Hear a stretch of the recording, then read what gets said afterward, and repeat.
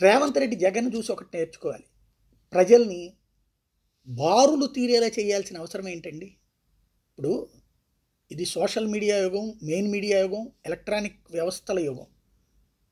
ఆంధ్రప్రదేశ్లో సంక్షేమ పథకాలకి బారులు తీరి జనం నుంచోవడం ఎప్పుడన్నా చూస్తున్నామా? లేదు కదా. ఏం జరుగుతోంది? ఇంటి దగ్గరికే వాలంటీర్ వస్తాడు, అర్హతలేంటో తనకి ఇచ్చేశారు డేటా.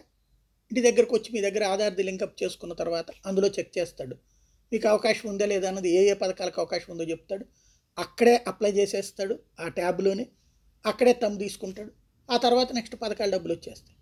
ఇప్పుడు ఏదో గొప్పగా రాసుకొస్తున్నాయి ఈనాడు, ఆంధ్రజ్యోతిలు కానీ ఇట్లాంటి వాళ్ళు రెండో రోజు 8,12,862 అప్లికేషన్లు, 2 రోజుల్లో 15.59 లక్షల అప్లికేషన్.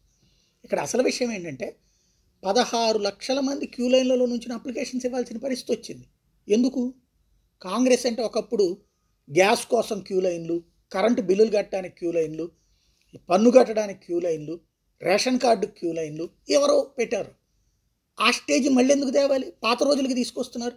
క్యూ లైన్లు లేని సినిమా టిక్కెట్ల దగ్గర క్యూ లైన్ లేవు. ఇప్పుడు ఆన్లైన్లో బుక్ చేసుకుంటున్నటువంటి రోజులు. పన్నులు కట్టడానికి ఎదువరకు కరెంటు ఛార్జీలు, కరెంటు బిల్లులు కట్టడానికో పన్నులు కట్టడానికో క్యూ లైన్లో నుంచోవాలి. ఇప్పుడు అవసరమే లేదే. అట్లాంటి దేశంలో క్యూ లైన్లలో అప్లికేషన్స్ తీసుకోవడం ఏంటి?